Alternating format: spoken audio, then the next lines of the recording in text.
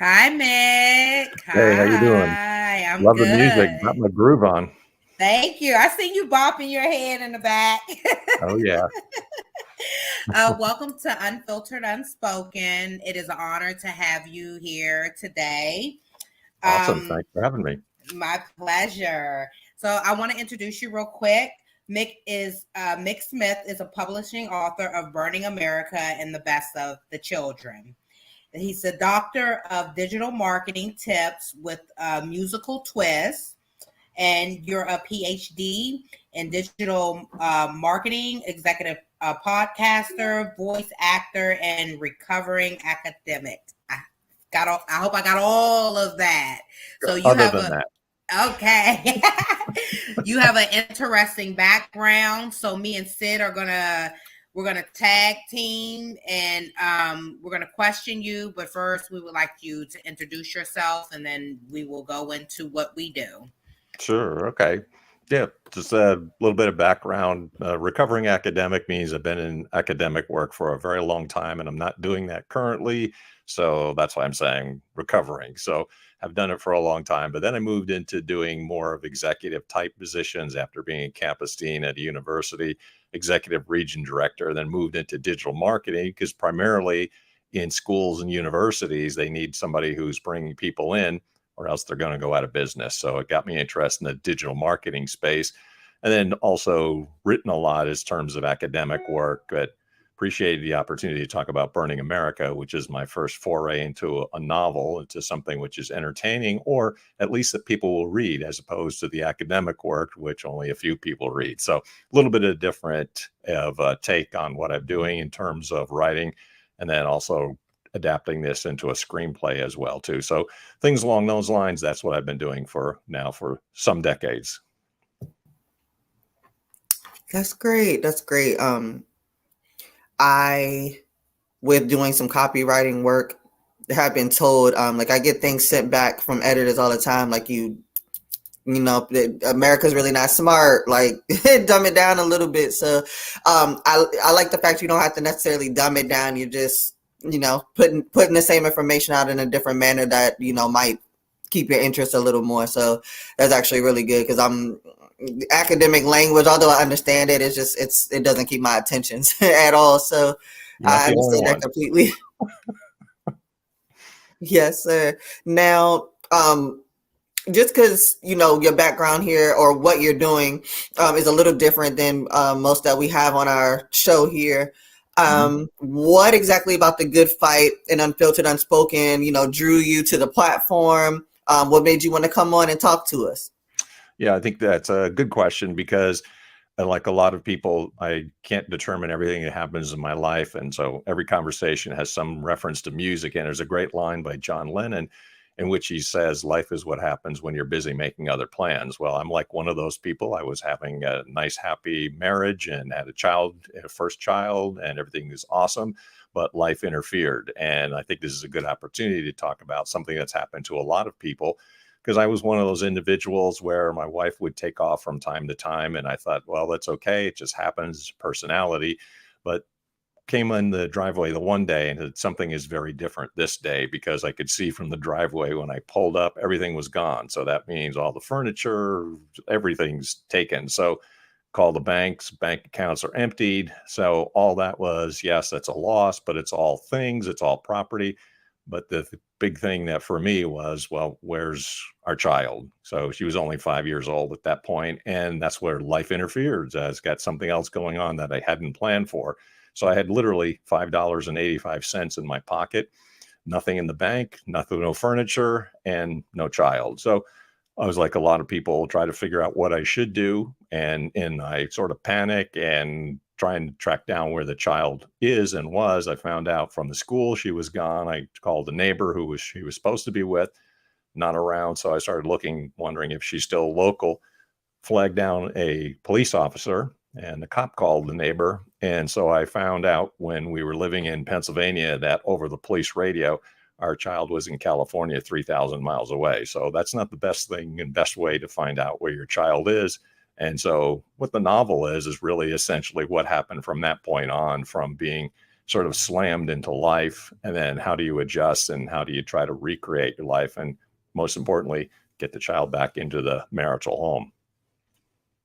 Oh, good Lord. That is, I couldn't imagine. Yeah, wow. That I was not expecting At all, like, that that took a at all. turn. Yeah. Yes. Wow. Goodness. Like, was this something that was like, you know, now in retrospect, was it something that was out of the blue, or like, you know, should you have noticed it was coming, outside of the fact that, you know, she kind of dip off every now and again?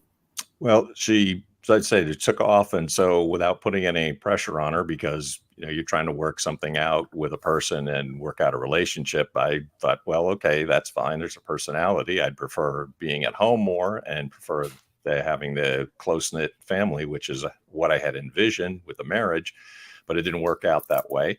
And so I had to adjust and find out, well, how do I start life from this point on? And some other things also sort of triggered me because it was really pressing. I walked into the house, and even though the furniture was gone, I was trying to find out where she was. And in a book, so some people might remember, this was back some time ago, but the John Bonet Ramsey child murder, there was a note tucked in that book. I picked out that note and I found out it just simply said, "I'll be back after a while." So I thought, there's something odd here. The note is in the child murder book, which did not reassure me that things were going to go well. Plus, I also picked up a receipt, and I found a receipt that she had pierced her genitals in 2 places. And I found the receipt for that, all of which is suggesting to me that someone who is at the time a 35-year-old wife and mother of a professor, which is what at the time, this is not a typical thing. So very unusual situation. Didn't ask for it, didn't want it, but I found myself in the midst of it. And I felt very, very pressed to get that child home. And so when I had this as the occasion of what situation I was in, pretty much thought, well, this is pretty simple. Looks like there's something wrong here. Mom is not thinking straight, took the child, pierced her genitals. I'm just going to go to the court and say, you know, I need to get this child back. There's something wrong here. I don't know what, but something.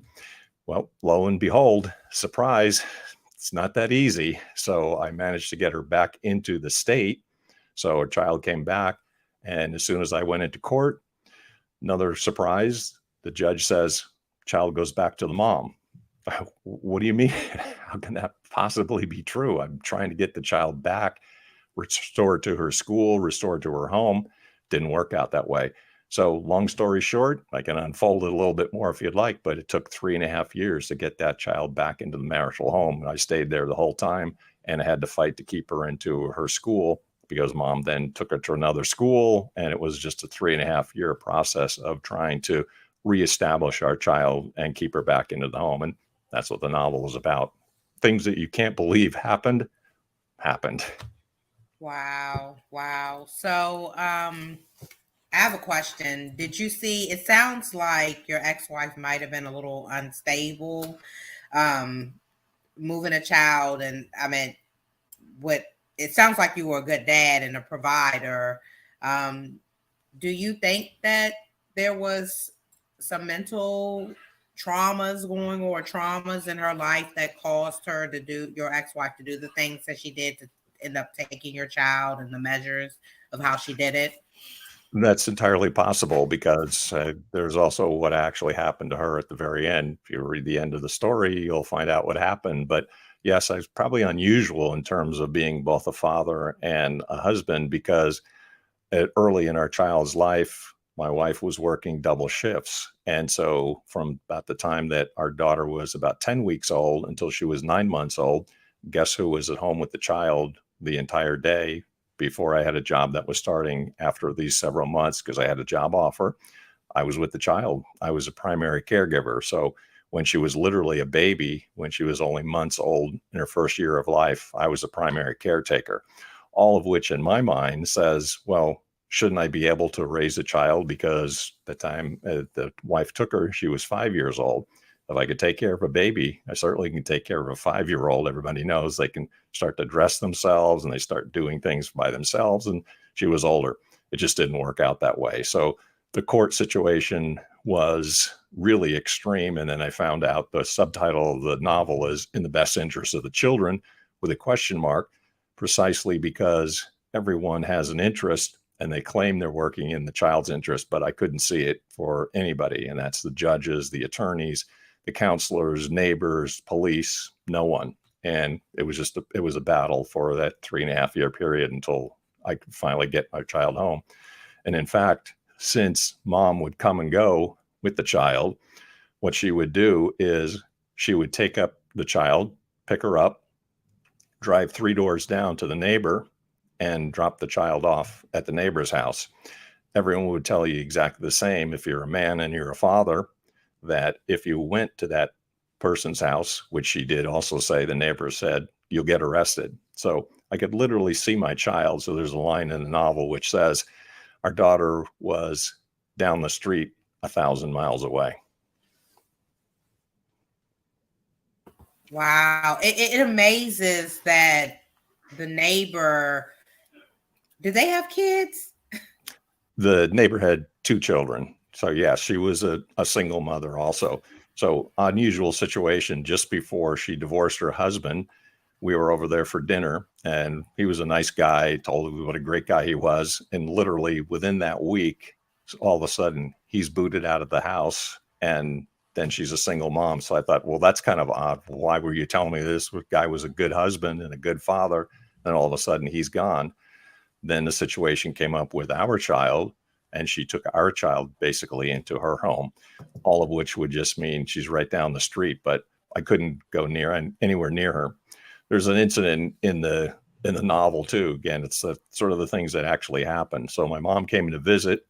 I had a violin from her school that was due. I had to return it. It's a rented violin. So my mom goes down there, sees the child, has the violin or would like to get it and said, we got to return it. It's a rented violin, got to return it. The lessons are over. Neighbor calls the police. Police showed up within seconds. It was almost like the guy was right around the corner. And the cop literally said to my mom, he said, and she's got a receipt too. She said, got the receipt. And he said, wouldn't it be a fine thing? My parents were living in Arizona at the time. We were in Pennsylvania. And he said, wouldn't it be a fine thing if you got arrested? You need to leave the child and the violin here. Didn't matter. We had a receipt. Didn't matter any of those things. Didn't matter that my mom had come 3,000 miles to see her grandchild. Couldn't happen. Wow. Wow. That is cruel. That is really wow. The thing I say to people, and I say, do you read this? And I said, I'm a fairly creative person. I can think of things and I got ideas. But the reason I wrote this is because the things that you can't believe happened were the things that really happened. And those are the true parts and couldn't have made it up. There's an expression of saying that truth is stranger than fiction. Absolutely that's the God's honest truth. You just can't make this stuff up. I never would have thought it. If you've got a receipt for something and it's unconstitutional to take someone else's property with a receipt, but that happened. It was like everything is off to the side. Everything that should have happened and should have happened correctly or rightly just didn't happen. And so I thought, well, got a pretty decent story here. I'd love to tell people about it and what happens when you're in a custody and a parental alienation type of situation. That's in a story you have. Yes, you do. Now I'm wondering if I'm wrong, please correct me, but it seems just kind of like the dynamic, with your ex-wife kind of just seems like you were more of the passive guy. I don't know if she, if that dynamic was correct. But was there anything that might have happened, in your childhood, or just how you were raised that, would make you that type of person where you just kind of see the best in people? You don't really think nothing is going on until you think something is going on. Like, any way to make you as passive and as accepting of such a strong personality? Yeah, it's a really good question. So basically, I would think I'm pretty easy to get along, right? I don't have a lot of things that annoy me. And especially when you're in a relationship, as we were, I was pretty forgiving, open-minded, whatever she wants. Like I said, she sometimes would come and go, and that was fine with me. I would have preferred other things, but if she's happy that way, and, that's okay. The difference, though, is you cut it too close to home, which is my child. I'm just as much the father and of that child as the mother is. And I think that's what she miscalculated. I think a lot of women would think, well, I'm just obviously going to have the child and I'm better. But as I suggested, I was the caregiver. I knew our child as a baby. I put her to sleep at night. I got her up in the morning. I fed her the mother's milk. I did all those things that ordinarily a mother does. And it's like, nope, I'm not going to give up, and I'm going to continue fighting, and I'm going to get that child back because that's the right thing to do. She left the home. And if she wanted to leave, that would be okay with me. But it's a miscalculation to just think I'm just going to let the child go somewhere else or be at the neighbor's house or go to 3,000 miles away. That's not going to happen. She deserves to have the best childhood that she possibly can. She deserves to be back into her home, and she deserves to be in her school, because that's another situation unannounced. She just took the child out of the school that we had her in, and it was in a private school, academic type of environment, and put her in another school, a public school. Didn't know anything about it. And then I had to get the child back out of that school and return to her real school, because there were 2 points that I thought were the points of stability: the home and the school. So for a child, and especially a small one, the school is a place of really peacefulness and comfort and community. And the home that she knew was the only home that she ever knew. I thought those are the 2 points of stability. And I thought, I'm the person who's stable here. I'm the person who is not crazy and not taking off. I'm going to restore that child back to the home that she deserves to have. Yeah, I commend you, because a lot of dads would give up, right? They would get exhausted and tired. You see it all the time, because that is a process of going through. It's abuse, right? It's a form of control, an abuse. She's trying to control the situation with your child.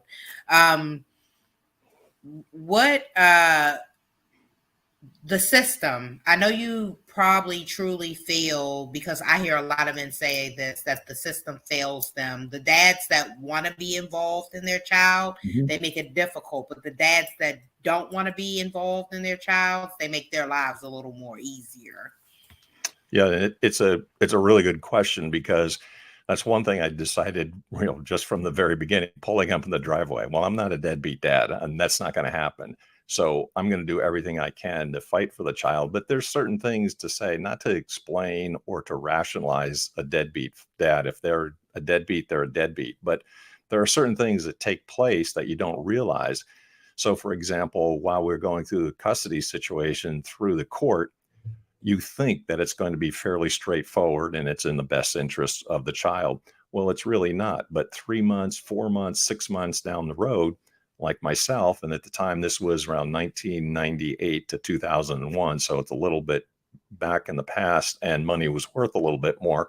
But I get a letter in the mail the one day and said, within 10 days, you have to pay $6,000 or lose your driver's license, because now you're in arrears. Well, for a lot of guys, getting a letter like that was, well, where's you going to get $6,000? Now it might be $10,000. Plus, when it comes to support, for a man who's the paycheck here, he is all of a sudden needs to support 2 different households. So it's not like the boss can, he's going to go to his boss if he's making, say, $50,000, which is about an average salary in the United States. Go to his boss and say, well, I want 6 figures because I have to support 2 households. It's just not going to happen. So for a lot of men and a lot of fathers, the reason that they become a deadbeat is because I can't beat the system. It's overwhelming.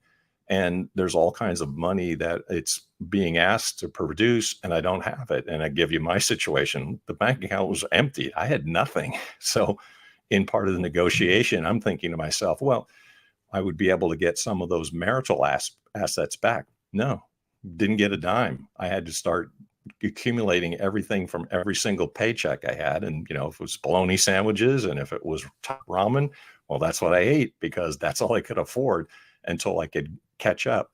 And this is the kind of thing that a lot of men have found themselves, that they just don't have the emotional and the financial strength to carry on. I was just one of those people that said, come hell or high water, I'm getting that child back, and it doesn't matter. It may kill me, but I'm going to keep on rocking until I get that kid back. And so that's what actually happened. Wow. My thing is, I assume in court, your ex-wife had to kind of prove her merit, but it looks like she was able to, make those moves, based on the money you all had together. So at that point, like, how does she prove herself to be more stable than you? And you know what I mean? How? I don't feel like her maybe job would have been better, or she got something quickly. Like, how did she even prove her worth to be able to take custody? Yeah, and I think that it's one of those things where I said you don't quite understand, like a lot of us, until we get into what I call the custody industry, because it is an industry. People are making money. The judges are making money. Masters are making money. The attorneys are certainly making money. Everybody is getting a piece of the pie there. And so in this particular situation, our mother-in-law wouldn't loan us any money. So we were going to buy a house, for example. I said, oh, no, we're not loaning you any money. However, once we got into this custody situation, all of a sudden the mother-in-law popped up with $20,000. I go, well, that's another $20,000 to burn because, I didn't have $20,000, but it meant that then she could hold out longer and go through the court, get more attorneys and pay the fees because she had $20,000 more to blow. Plus my parents, she had gotten into difficulty with credit cards, tried to blame them on me, went to a court, had the appearance in court, and it was part of the testimony. He said, well, did I ever sign for any of the credit card bills? No, but she wanted to pull me down as if I did. Had loaned money from my parents and didn't pay my parents back. But in court appearance, she never paid it back, but she had all those cash. So she was talking about something like $25,000, $35,000. She had a lot of money to burn. Plus she had taken all the assets that we had together. So she had a lot of money to burn. And unfortunately, I was at the financial bottom and rock bottom, and I had to build myself back. This is why I say for a lot of men, this is why they just can't compete, because if that other person has the money to burn and they can get the attorneys and keep going, then the process just keeps going on. Because definitely as an industry, the attorneys, the judges, the counselors, and everybody involved, they're all making money and they don't want it to settle. They want you to keep on fighting. So my personality was, I don't want to fight about anything. All I'm asking for is the child to return. She can keep the assets, keep all the money, keep all the furniture. I don't care. Like, have all that. All I want is the child. And that's what I could not get. So that's the thing that she knew. It was like the child's the football here. That's the one thing I want. That's the one thing that she would not return. So what kind of abuses, what kind of traumas did this cause you to go through, mentally, emotionally, physically? Because I know it had to be a lot of traumas going through this.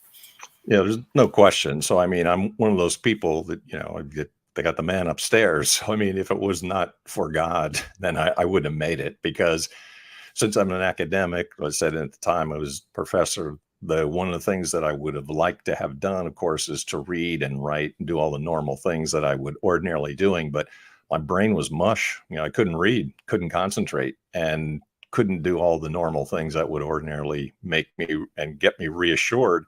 So if it were not for God and not for a prayer life and not for all the things that I could find, that there was a greater strength. And I simply said to myself, this is a wrong situation. And I am a righteous person and a righteous man, and I'm going to someday get justice here. So as long as it takes and as much as it costs me, I'm not going to give up. And that's the only thing that would have gotten me through, just realizing that there is a right and wrong in life. And at some point, that what is hidden and what is not well known or not publicly known will someday come to the light. So those are verses in the Bible that reassured me that, yes, that God will honor the just man and the person who is steadfast and leans to him and says, I need to get through this, and I certainly can't do it on my own. You really need to help me out here. And through God's grace, I was able to survive. And one other thing I was going to say, when it comes down to how you deal with trauma, if you look at the cover of the novel is really interesting, because when I say the counselors and everyone else is a part of the problem, that was actually a picture that was drawn in the counselor's office. So we had a small child who was at the time about 5. It's not like you can say, well, what would you like to do and what's your choice? Because if you're choosing between mom and dad, you can't ask a young child. But he asked her to draw a picture of where you feel comforted, picture of your home, and picture of how life is and what's ideal life for you. Well, if you take a look at it, she drew a picture, and I had a beard at the time and I grew it again. It's back again. But obviously she drew a picture of me holding her as a baby.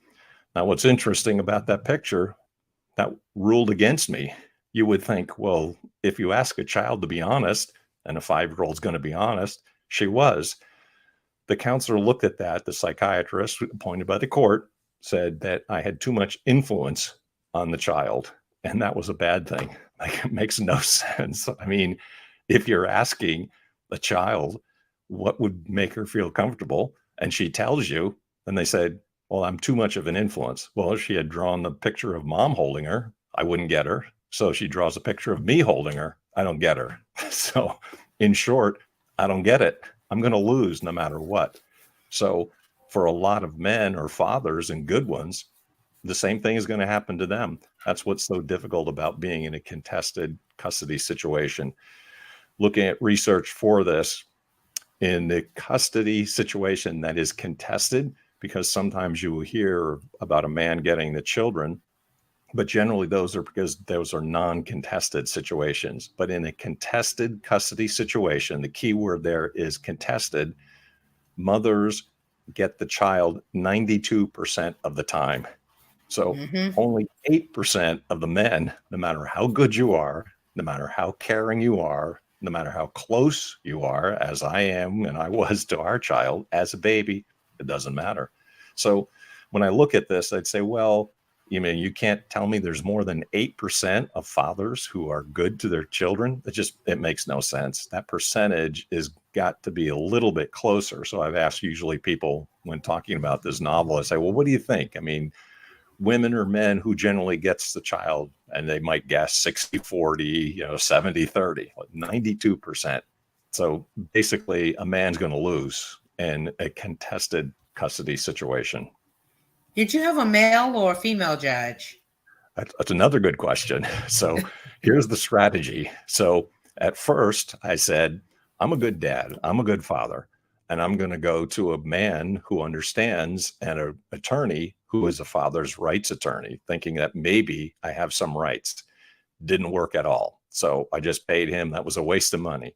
So then I said, okay, well, strategically, I'm going to do just the opposite. I'm going to look and find who in that area is in the Philadelphia area. That's where I was at the time. Who's the best and top feminist attorney in this region? So the name came up numerous times, who that person was. So then I retained that individual. Did that help at all?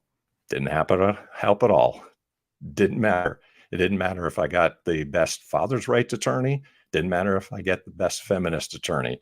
But basically what I was saying to the feminist attorney is ordinarily that the mother is the caregiver and the mother is the primary person over the child.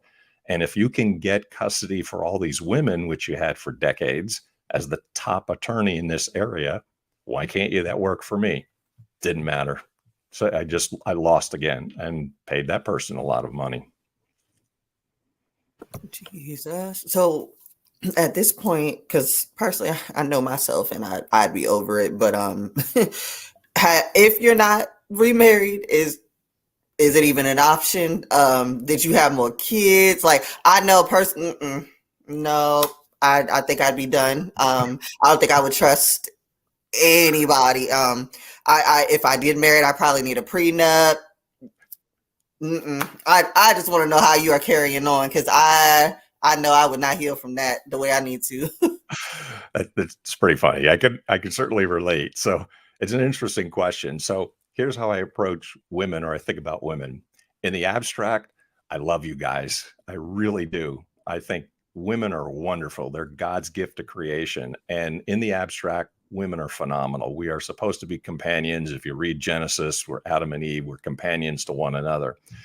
But that's not necessarily what has happened. So if you read the end of the story, you'll see it, because it is a tragedy that somebody did pass away. So I'm actually a widower, and I have not remarried. And it's not to say that I wouldn't remarry, but I would. I just haven't found that person, nor have I ever lived with anyone since that time. So in terms of personal relationships, yes, I've had some wonderful relationships. I love women in general. I'd love to meet more women. They're fantastic, but I'm not quite sure if that's in the cards for me. But I certainly would if I found the right person. I love it. I love it. I'm just going to bring up something. So I just want to make it clear. A lot of folks say it's a color thing. I guess when it comes to the judge with men, we do hear a lot of that like a lot of Black males go through that. But it seems like statistically it's a male thing, that going through the system for dads that want to be a part of their child, male gets a harder time than the mom, no matter what the mother's faults are. So I just wanted to bring that piece up, just to let folks know it's not a color thing. It sounds like it's more of a male thing, and only 8% of males gain custody of their child. And I guess the mother has to do something significant.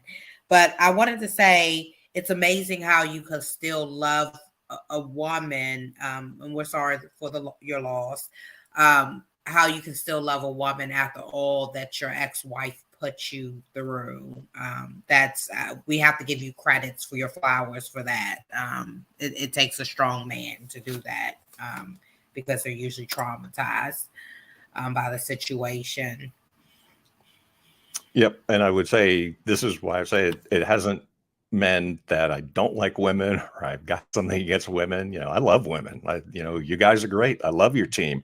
You guys have different personalities. You think differently. And that's what's so intriguing. Men, I can figure out pretty easily because I'm a man. I know how we think. But when it comes to women, you guys are mysterious, you're exotic, you're interesting, and so that's really appealing. So I'm always looking forward to that and like that. And, certainly had some good relationships and very happy with that. But the thing about race is really interesting. I think this really affected the African-American community for a very long time. And I'll give you an example, because I love music and lyrics really hit home for me. But in 1959, Chuck Berry wrote a song that somebody remember early days of rock and roll, called Memphis, Tennessee. It's a very interesting song. And if you read those lyrics, what he says is that he gets a call from a child in Memphis, Tennessee. And the only person he knows when he reads the message on the wall, because his uncle writes it down, it's from 6-year-old Marie. And he even explains, and he says, their mother and I did not agree. It seems to me either himself or someone he knew at that point was going through some type of custody situation, and he was separated from his 6-year-old child. Now, I think that's really interesting. And you certainly hear this in blues music, and you certainly hear it in R&B and old time 1950s, 1960s, and what have you. But I think here, this is just a situation that affects everybody. So if you're looking for something that is a diverse and inclusive kind of situation, this is everybody. This is rich people. This is poor people. This is Black people. This is white people. And that's why I was thinking about the title of the novel, America Burning. This is an American problem. This means that it crosses all races, all cultures, all incomes, and it really impacts everyone. So in terms of the children, there's a cliche which says that the children are our future. Well, I agree. But if the children are our future, we better do something about this. because the custody industry and the custody situation is not good. The courts are broken. The system is broken, and this impacts everybody. And it's most pressing for these kids who are put in this situation that they're a football and they've just been pushed back before and between moms and dads and families and courts and what have you. It's wrong. Shouldn't happen. Mm-hmm. So I'm gonna run a quick break and then we'll let Sid bring it back in. It's probably 30 seconds. Just give us a second, un momento, so we can refresh.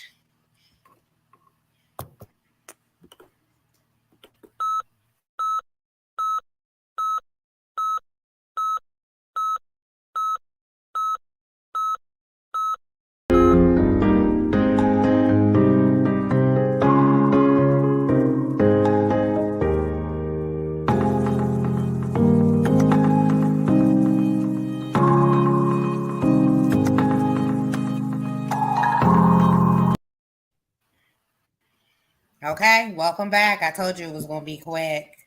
Yeah, that's quick. Real quick. Yes, because Sid does insurance, so it's important. If you cannot get life insurance, Sid will get you something, some form, fashion kind of coverage. So Yes. But back to this interesting story here. Now, what I am also wondering is, I know for sure, for certain, but how is your relationship with your daughter these days? And I honestly probably would have been just so appreciative as an adult, and just understanding how things work as an adult and knowing what went on and what happened. The level of love would be just out of this world. So, how's your guys' relationship now? And how does she, if she's read the book or knows the story, how does she feel about it? Yep, she definitely knows the story because she lived it too. So while these crazy and wild things were happening, I was very careful not to put her mother down, which I never did even after she was gone.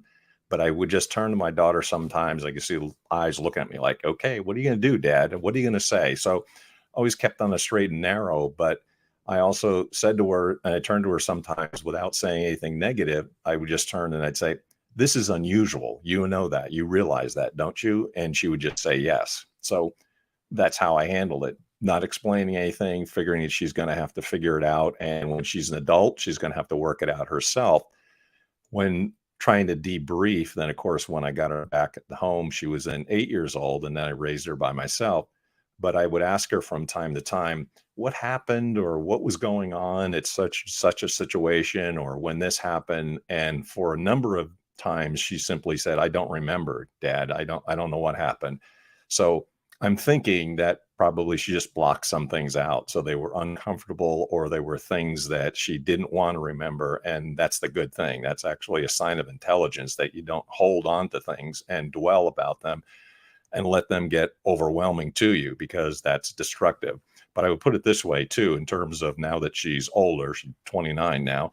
So I created a monster. And what I mean by that is I want a child to be intelligent and independent and go her own way and think for herself. Well, that's exactly what she does now. So in some ways, when people ask, well, what is she doing now? I go, well, I'm the father. I'm the last one to know. She's independent. She's strong. She's powerful.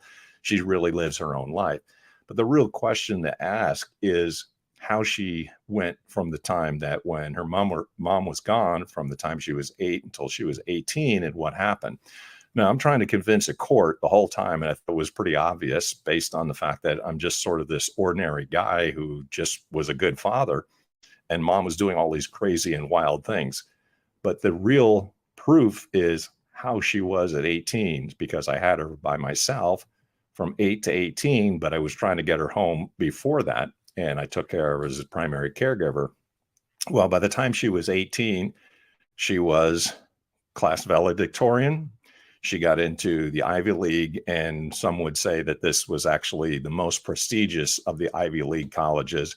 And then she went across the pond over to Great Britain, got a master's degree at another very prestigious university.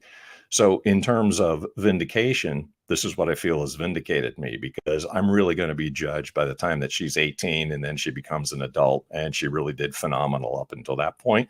And now she has an independent and intelligent life on her own, and she's an adult, and hopefully she's worked all these things out. And that's how she is. She's a good person now. That's amazing. Now, was your ex-wife, present, with raising her? Well, she passed away, so that's kind of the end of the story. She was gone, so I'm widowed. Got it. That's if you let the cat out of the bag. That's how I got her child home. But it's really interesting how that happened as well too, because got called to an emergency meeting at the court, asked my attorney, what was this all about? Said, we're not sure, we don't know. Mom was ill, mom was sick. She had been lying to the court. She was in the hospital for a week. The court awarded our child to that neighbor that I described. No time of looking at her, no counsel, no financial background, no FBI check, no police check, nothing. The judge awarded the neighbor the child, not anyone in the family, not a blood relation. And it was the very next day that my wife passed away. That makes me so upset. Yeah. That makes me so, I'm sick. That makes me so upset. Oh God. It's like the system is failing us. Every single time. Like what sense did that make? And then now I'm wondering, is there a process of which you can like sue the court or sue somebody for what they put you through when you have proven yourself to be in best position to raise your daughter? I think there's one of the things just from talking with people, because this is one of the reasons I also wanted to get the novel out, because I've talked to other people who have been in similar situations or things along those lines. What you can do is you can sue attorney for malpractice, and it gets so bleak because I've talked to people like I've mentioned here. I had 2, but I've talked to people who have 4.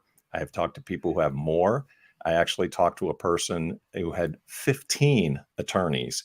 So it is possible to sue an attorney for malpractice, but you have to make a decision here, because how much is it worth to you? Because nothing is cheap. And every time you go to a court and every time you have another action, it's going to cost you a lot. And I think what a lot of people decide is that if there's some resolution to the situation, you're better off just walking away and trying to deal with it, because it's not worth it. And the system is broken. So you're not really going to come ahead. Every time you try something legal, it's just going to be very expensive and it's very time consuming, and you're not going to get the satisfaction that you would like. You've got to really work on yourself and work on healing. And along these lines, I wanted to mention, I'm a co-host of a podcast called The Aftermath, and it really addresses this exact situation, custody and parental alienation. And I co-host with a mom who's in the same situation, except from the mother's point of view, that she has gotten a loss of custody and she has been alienated for her children. So it happens to both of us, both moms and dads, and men and women. And this is what I try to point out. It's just that the court system is so broken that you can't generalize. And when people ask me, like, who do you think should get a child, mom or dad? Like, I have no opinion. I have no idea. And the same thing that has happened to men has happened to women as well, too. I'm thinking something had to.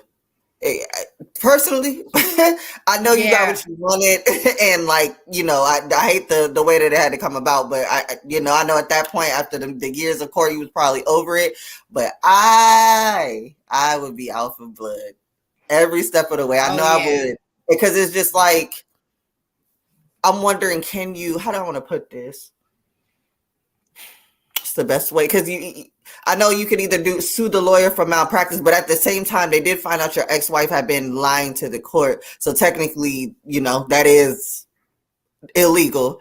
So I'm just like, I just feel like I could have made that happen some way, somehow. But like I said, I know you got what you wanted, and you were just ready to be done with it. But that is just, I really wish more justice came your way, because that is extremely frustrating.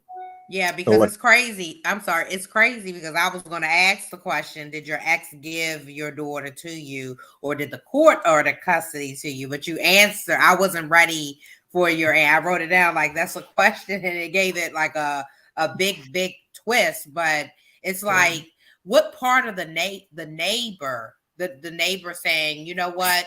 That is the dad. I think that the dad should have custody. Like, how did they go to the neighbor? Somehow your ex had to put the neighbor down as an emergency contact or something. But the court system should have known you're the dad. Why wouldn't you give custody to the dad? And this is what I explained. This is something that I had been seeing for 3.5 years. The mom would pick up the child, take her down the street to the neighbor. And it was as well, you don't want the child. I mean, why else are you taking off and leaving her down with the neighbor? And I think this is the odd thing about the court system, and it's part of its brokenness. The court would rather give the child to another mother rather than a father in my situation, which makes no sense. And believe me, the time that we had the emergency hearing and my attorney calls me and said, yeah, the judge awarded the child to the neighbor. That can't be true. I mean, you got to be kidding me, right? There's no process of the same thing that I had gone through, the financial investment that I had to make, the psychiatrist that I had to see, the investigation that they do about me, and then the last minute, give it to the child. This is why I think, well, there's a higher judge, and the higher judge decided, this is enough. And I'm not going to put up with anymore because that child should not go to a neighbor and a non-blood relative. And that's when my wife passed away. Because you had seen the higher judge during all of the other custody stuff. Yeah, You I had meant the higher appealed. judge is the one Oh upstairs. God! Oh God! Okay, okay. I thought you were There's a, saying. Okay, I there's a apologize. higher Because I judge. was like, they done wasted so much time. Like, Yeah, I was why? like, yeah, No. no one can top the man above. I agree with you. Absolutely. And this is why I said it is a tragedy. There's no question about it. I would never have wished, as difficult as my wife was, I never would have wished upon our child not to have her mother. In fact, I went to the attorneys more than once and I said, look, here's pretty simple. We could solve this whole thing. Give me 100% custody of our child. And then anytime mom wants her, I'm not going to fight her. Of course, she's the mother. Let her have the child. I'm not going to hold her because this is what happened to me. And I know how devastating and how traumatic it was to me. I would never have denied her our child because she's the mother. It just didn't work out that way. And of course, they have no interest in that because that would solve the situation. And therefore, they don't get any more money. And they would never go for that. And I said, it makes no sense. We could easily solve this entire problem. She got the money, she got the furniture, she has all the assets. Just give me the child and we can work it out. But they wouldn't go for it. It is absolutely ridiculous. Look, I'm twirling my pen. I'm like, I can't believe everything that's coming out of your mouth. I'm like, woo. So you think I had a good story? That's why I wrote it. Because I couldn't have made it up. You have a deep life experience. How's your did it affect your daughter, like growing up through the years? Because sometimes you'll see a change in the child, and most kids will go for the bad, but some will hide and suppress. Did you see any changes within your daughter? Well, I think I gave her the stability. That was my entire point. So at the time I raised her by myself when she was 8 years old to 18, that's what I said. We had regular patterns. We had regular things that we did. We had a lot of structure, a lot of contact with family, a lot of friends. I mean, all those things that I think would be, in my mind, a normal situation. But there were those points where I would ask her certain things and she just didn't remember. I think she just blocked her memory. So I said, well, as an adult, this is probably something that's going to impact you because this is an unusual background and it's an unusual childhood and you need to work this out. So when I mentioned part of the Aftermath podcast, which has really been taking off, and I really think there's a lot of people checking it out, and that's good because we have experts on, and I'm asking the experts to help not only my child now that she's an adult, but other kids, and what sort of impact it has on them, because we interview experts for custody and parental alienation and the differences between maybe a boy and a girl and what age they are, if they're a baby, whether they're a young child, whether a school age, whether they're a teenager, whether it's a mom who's raising them, a dad who's raising them, all those questions that we'd really like answers from the experts. And that's what we do. We interview those folks and then helping other people to heal from it, because the point is to really try to heal, because it is traumatic. There's no question about it for men and women and children. And we're trying to give them as much good advice as possible from the experts, a lot of whom have experienced something this firsthand themselves. But then there are also mental health experts that can give and provide good advice. Yeah, and the good fight is helping others through life experiences. So you said help others heal. That's the mission, is to share our life experiences to help others going through similar situations. So I hope a lot of males are tuning in, and I hope that they can definitely take some advice from you, Mick, that you have shared with us.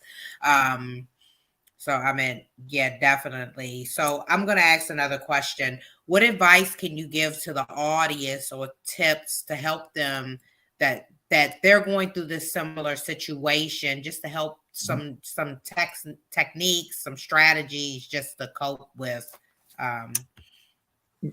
Yeah, that's a good question. And that's really with the focus of the aftermath. So you can talk to experts. But what I have found is for people is to express themselves in some way in a healthy and positive manner. So for myself, that was the whole idea of the novel, because I had actually sat on this for a lot of years.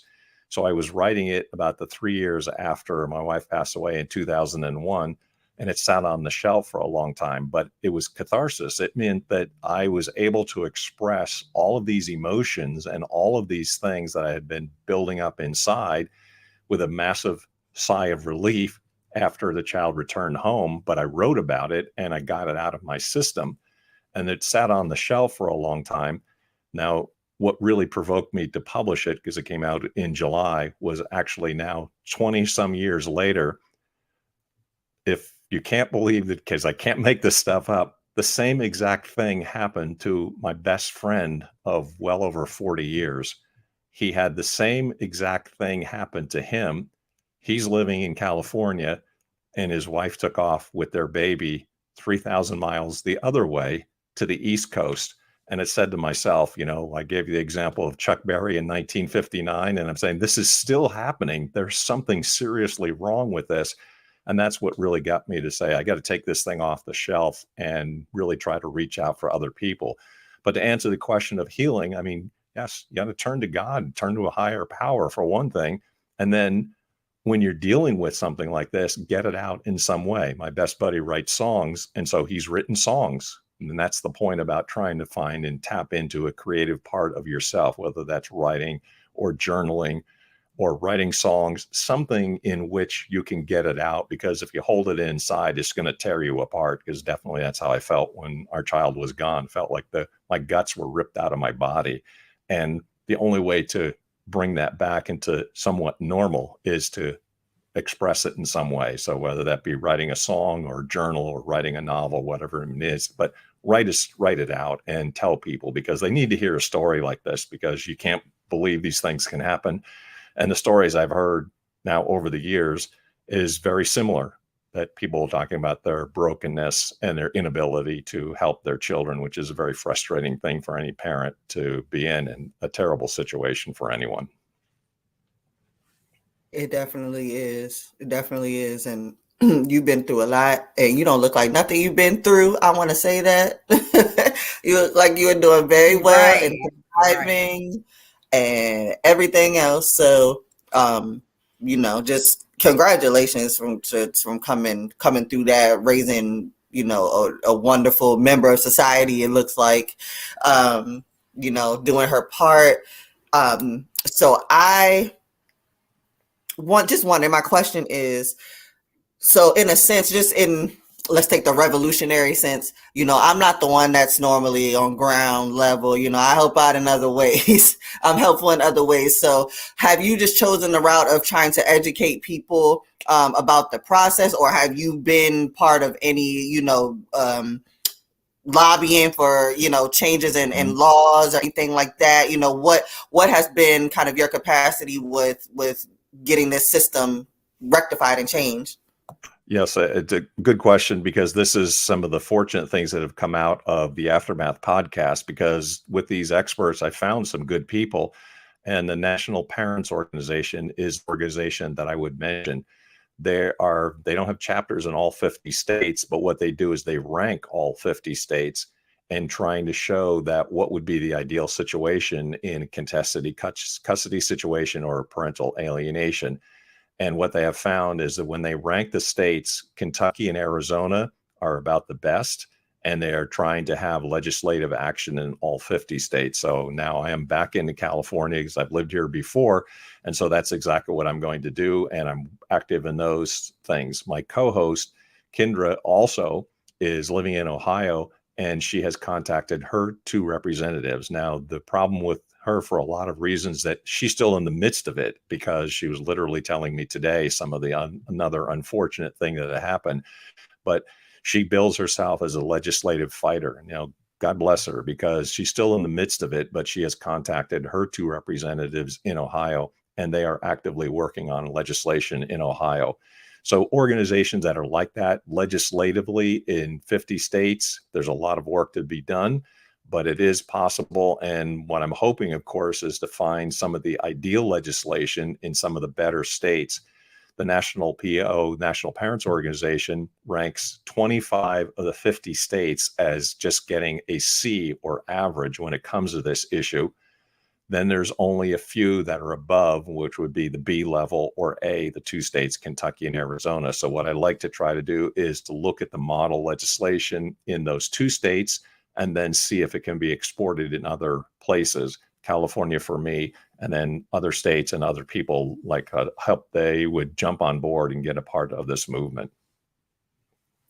Absolutely. So you walk in what you talk, and that is just excellent to hear that, for sure. I always hate the things that drive us to this point. I would rather wish to not have gone through certain things, but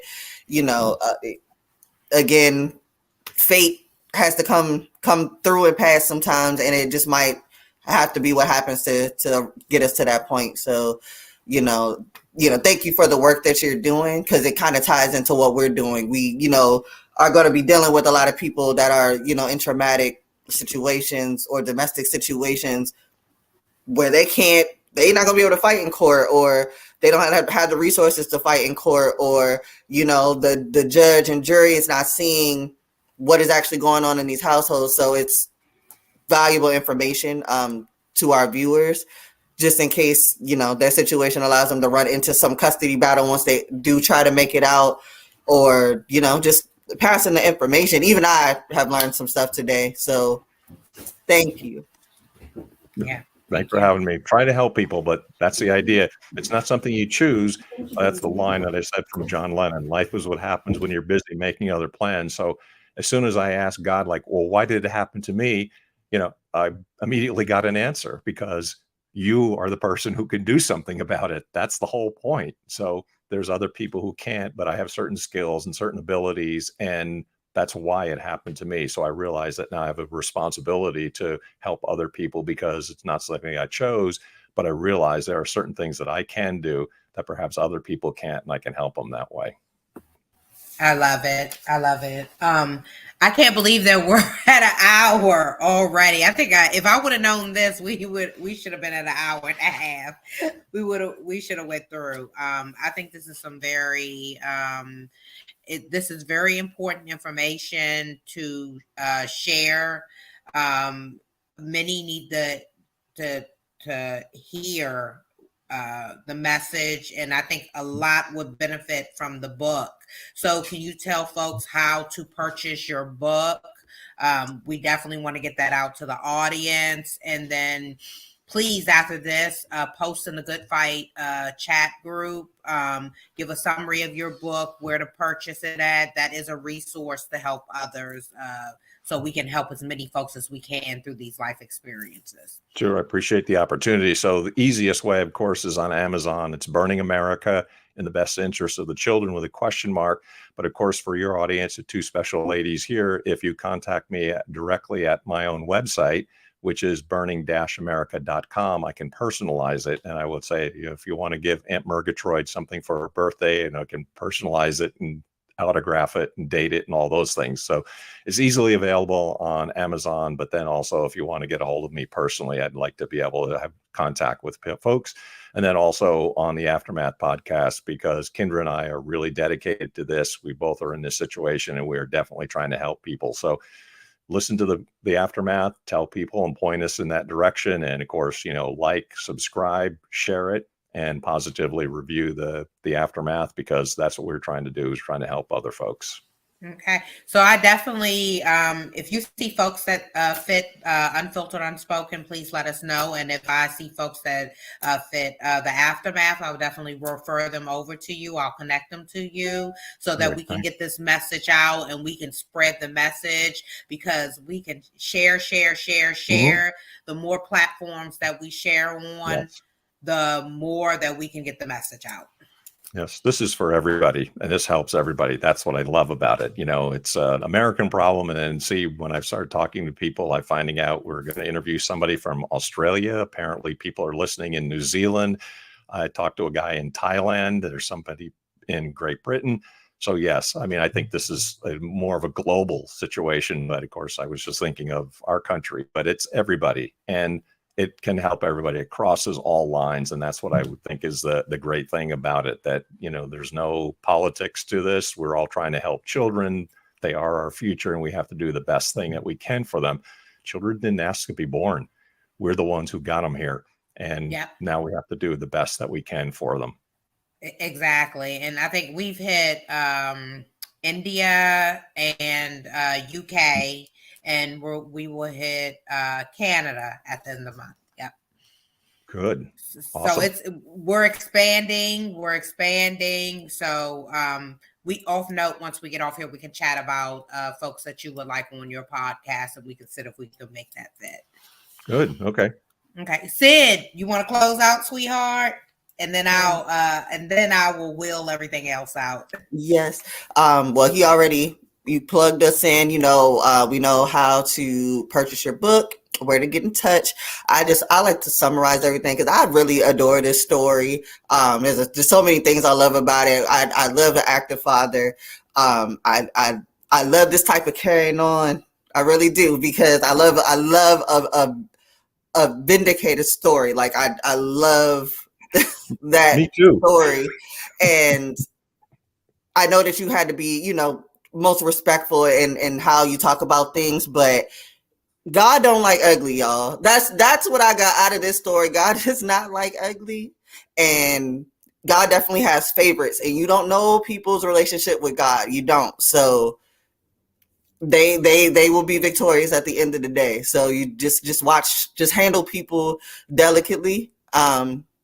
Because that's really what I got out of this, and I truly adore that you came out of this on the good end. You deserve that, and I like to see people that are deserving win, because we're seeing the total opposite too often these days. So I don't have nothing else to say. I'm just glad that you came on and talked to us, because that was a ride. That was really a ride. Awesome opportunity. I appreciate it. You muted, baby. You muted. I'm sorry. I was saying our pleasure. Thank you. This was definitely an honor. And as mentioned, one of the key things Mick said was express yourself. Expressing yourself truly helps. So know that it's okay to express yourself. And again, thank you for tuning into Unfiltered Unspoken. We are sharing life experiences to help others going through similar life experiences. And we are international, global, and we're going to continue to spread the message. Mick is international, global.